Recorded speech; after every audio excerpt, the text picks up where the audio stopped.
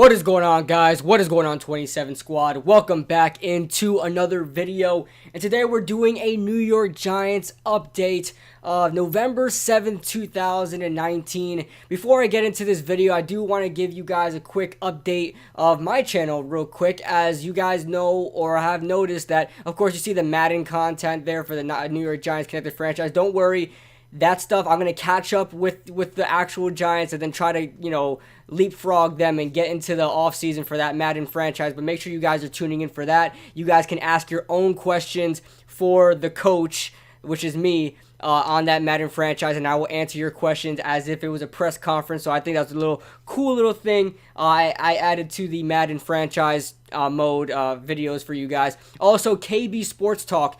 You guys know that, I'm starting to broaden my channel a little bit, not just Giants content, but broad NFL stuff. If you guys like the KB Sports Talk, which I know it's not very popular on my channel, but those you guys that do watch it absolutely love it. It's more so, just talking about broad NFL stuff, something you would see on First Take, something you would see on, Colin Cowherd, but with an actual football fan, a guy that is not paid to say certain things. So if you guys have a certain topic you want me to talk about, leave it in the comment of pretty much any video you guys want me to talk about. Just say KB Sports Talk, and then the topic, because I check the comments on every video as they come up. So make sure you guys, if you guys like the KB Sports Talk, you guys want to suggest a video, make sure you guys put it in the comments of any video. It really doesn't matter. Of course, the recent ones, please.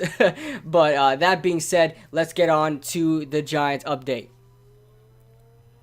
Well, another update. I will be attending this game, Week 10, against the New York Jets with a couple of buddies, couple of good friends from the YouTube community. That's the Entertainer Talking Sports, Bad Dog, One Giant Rebuttal. I don't know, a couple other guys are going to be there, including some of you subscribers out there are also coming to the game. So I'm excited to meet all of you guys, including the Giants video makers. So just putting that out there. I'm going to try to vlog my whole trip and also vlog, my experience there with the guys and at the game. So I'm going to vlog all that and put it into a nice video for you guys. So let's get on to the update. Now, the first thing I want to talk about is Sterling Shepard. Now, I know the whole thing with Evan Ingram, and everybody's talking about that. Some doctor in Green Bay is supposed to look at his MRI or whatever it is. But Evan Ingram always gets hurt. I don't imagine him. He's probably going to miss the game against the Jets. That's what I said in my preview. That's going to be up soon. But as far as that goes, Evan Ingram, not too concerned about. They said it's not that much of a big injury, but he still might miss some time. It's nothing new from Evan Ingram. He always misses time every year. But Sterling Shepard is a serious case, man, because this is something. This may be his third concussion. I don't know if it's a carryover from the second one, but he was able to clear with the doctors, with the medical staff. And as you guys know, our medical staff isn't too bad. It's not really that bad. We really don't get any reoccurring injuries. We really don't get anything that reoccurs and stuff that gets aggravated. Our medical staff is pretty damn good. And if people have to go on IR, they're going to go on IR. So, they cleared Sterling Shepard off a concussion protocol, and he was able to practice, and he did practice for most through the week, and everybody was saying, well, damn, we're going to get Golden Tate, Sterling Shepard, Evan Ingram, and Saquon Barkley at the same time for the first time ever. But Saturday morning, it says here, Saturday morning, Sterling Shepard woke up. He said he wasn't feeling right. I assume it's because he felt dizzy, his head was hurting, had a migraine possibly, and obviously those are clear signs of a concussion, so it did reoccur. I don't know if he got hit in practice or whatever it is, but he was not clear. He didn't feel like he was clear, and Pat Shurmur instantly shut him down, said you're not going to play against the Dallas Cowboys, and now we're still here with Sterling Shepard not practicing. So I'm not sure if that's a third concussion, whatever it is. Even so, second concussion that carried over, or third concussion. Sterling Shepard needs to reevaluate not only his season, but reevaluate his career, not with the New York Giants, but in the NFL. I know he just got paid. I know he just got a big contract, but your health means everything. Now, I love Sterling Shepard. Once he was in the draft, I instantly said this is Victor Cruz's replacement. Even before he was drafted, even before the NFL draft. You guys can go back I don't know if I said it in a video all the way back then, but I said it when I was looking at Sterling Shepard out of Oklahoma. I said this guy can be the next Victor Cruz for the New York Giants. just because of their similar play styles from within the slot. And, I love Sterling Shepard, but when it comes to somebody's health, I don't want to sacrifice my entertainment. I don't want to sacrifice his health and his well-being after the football life for my entertainment for just a couple of games, and especially in a season that really doesn't matter. So if Sterling Shepard, if he really needs to reevaluate his career and says, you know what, this is really going to, endanger my health for the next, however long I'm living, I'm going to have to hang him up. And if that's what it has to be, then salute to you, Sterling Shepard. You were a fantastic Giant. I'd probably even buy your jersey. That's how much I was really engaged in you and how much I really loved your time here with the New York Giants. So, if he has to hang it up, then he has to hang it up. But that's something that's seriously in consideration. This is not a joke, guys. Pat Shurmur even said it. This is a serious injury that needs a serious response. So, they might put him on IR. We might see that just after the Jets game. If he's not able to practice the first day of practice the next week, he's going to be put on IR. So I think that's Monday. I think that's Tuesday. Next Tuesday. If he's not right, they're going to put him on IR. That's my guess there. So we're going to move on to the next subject here. And this kind of blew up the Giants media. And DeAndre Baker coming out and saying, well, kind of blatant, kind of indirectly saying it, not really just flat out saying, I don't know the playbook, but the guy pretty much said he does not know the playbook. He's getting confused in the plays. And listen, this was not a good look for him as a player because, of course, you're in the New York Giants media. They're going to blow up everything. Listen here, guys. No rookies really know the playbook. No rookies really understand the playbook. They really use their skill and their ability to improvise to make up for their lack of knowledge of the playbook. Some guys really adapt to it better than others. DeAndre Baker happens to be playing cornerback in the NFL, which is probably the second hardest position to play in the NFL, and I think everybody would agree with me on that one. Quarterback is the hardest, and what can you name that's harder than cornerbacks? Something that requires just immediate 110% attention to the person in front of you. So DeAndre Baker has been struggling this season, and I'm going to do film reviews. I'm working on film reviews at the end of the season. DeAndre Baker will probably be the first one because nobody knows. Is he playing well? Is he not playing well? And I'll get into that. But DeAndre Baker, I'm not really worried about him as far as learning the playbook because eventually a rookie is going to know. I'm more worried about him when he does or whatever. Like, I'm not going to sit here and act like I know the playbook, but when it comes to a defensive playbook, it's not as hard as an offensive playbook, right? In an offensive playbook, you got different looks, you got different formations, you have different positions, playing other positions, all that stuff, right? With the defense, they're allowed to line up wherever the hell they want. It all matters about where your defensive coordinator wants you to line up, but there's no specific laws of where you have to line up. You can line up wherever you want. There's really no specific spots you have to be in. Free safety can line up anywhere. Strong safety can line up in the box, line up outside. The cornerback can, play press, play man, play zone. But when it comes to DeAndre Baker, you should know right off the bat, listen, just narrow it down to this. Is it man? Is it zone? There were a couple of times, and I even noticed this before this even came out. Remember that Bucs game I was talking about with you guys when I did that film review? And I was like, well, this side of the screen looks like zone, but this side of the screen looks like man. I don't know if that's intentional, but it was DeAndre Baker playing zone or man when everybody else was playing zone or man. Playing the opposite. So DeAndre Baker, there's obviously stuff that I've seen as well before this story popped up that is telling me he's not understanding the playbook. You have to narrow it down to this. Whatever your code names for the plays are, narrow it down. Is it a blitz? Is it a zone? Is it a man?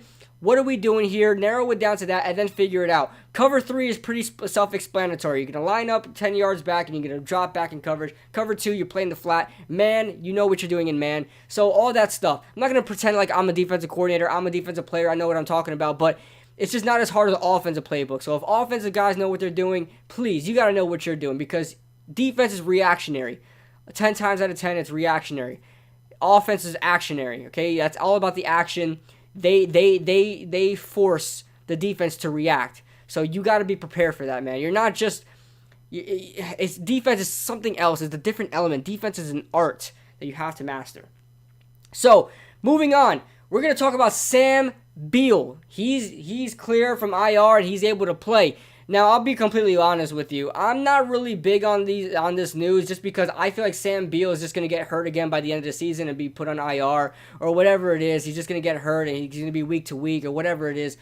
I don't think Sam Beale is going to last too long, being that, his first day of practice as a New York Giant, after being drafted in the supplemental draft, was immediately put on IR before the season even started because he, tore something in the first day of practice. I think it was his shoulder. And then you go on to this season. He plays the preseason, plays half the preseason, I believe, gets hurt, and people are hoping that he's going to come back soon. Eventually they have to put him on IR, and now he's back here again. I don't have any expectations for Sam Beale in the future as far as his availability, not even his play or talent.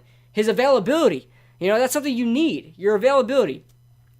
But I think he's okay. I don't think he's going to wind up starting. I think he's going to compete with DeAndre Baker, of course, but they're always going to look at Baker with some sort of, pupilism there. That's because he's a first-round pick. They want to try to develop him in this year that we're having now, that we're not going anywhere. So they're going to try to develop him as much as they can. Corey Ballentine, as you guys know, he's always been playing well, so he might get some reps. Grant Haley hasn't really been doing too much good, but still hasn't been doing too much bad, so he's kind of in the middle there, still our nickel corner, so he's going to be fighting for reps there as well, Sam Beale is, so don't know where he's going to really match up with any, where he falls in the pecking order there, but I don't really care about this news too much, because I feel like he's just going to get hurt again. I'm sorry, Sam Beale, if you're watching this, man, I'm sorry, but you just got to prove me wrong with the medical team and you, and just make sure you're eating your Wheaties, okay? So, and the last news I want to cover today is Leonard Williams. There has been talk that Dave Gettleman wants to sign Leonard Williams before as early as Thanksgiving. That is this month. Sign Leonard Williams to a multi-year contract. And I say, Dave Gettleman, this will be your worst decision you've made since, I don't know, with the New York Giants. I mean, I guess, I don't know. I love every decision Dave Gettleman has made up to this point. Yes, my first impressions weren't great, but in the long run, I am happy. But this would be the worst move you made. Telling me that you want to sign him beforehand tells me you want to sign him to over 15, right? As a pass rusher, you want to sign him for over 15. Why do you want to do that? You just traded away Olivier Vernon, who has produced, but has not produced to a $17 million pass rusher, who has produced. Leonard Williams has not produced even that to a $10 million pass rusher this year. The guy doesn't even have a sack this season, and from being picked 6th overall, you ask any Jets fan, and Jets fans, you guys made clear that you guys weren't happy with Leonard Williams. I understand that now. I thought you guys would be upset being that he was a 6th overall pick and he was a bust, but you guys were happy with trading him okay. But that would be a huge mistake. Huge mistake. It would have been a great great talking point had he had, 1 or 2 sacks last week in his debut with us, but he didn't. So he has to play lights out at the end of this season, the rest of the season. I'm talking, at least 1 sack a game for the rest of the season. That's the only way I see him really getting a big contract with us by the end of the season. We might just trade for him just to let him go. I don't know. Unless he intends to stay here, I don't see him staying. I see some other team overpaying for him. I really don't want us to overpay. I'm not even going over 11. I am not going $11 million for Leonard Williams. I don't care if he was a 6th overall pick. I don't care, or 5th overall pick. I don't know. He was in the top 10, bottom half of the top 10. He had sacks over the couple years, but I don't think he ever went over 10. He's not meant to be a big sack guy. He's an inside pass rusher, Aaron Donald type guy, very versatile from the inside, can play outside if he's needed to, but very versatile from the inside, and provides a certain amount of strength and speed from the inside in the 3 technique and so on and so forth. So I'm not giving him over 11. I just can't. There's not enough there for Leonard Williams. He has to prove a lot more to me, especially by the end of the year. We're not even talking about Thanksgiving. Don't even talk to me about Thanksgiving.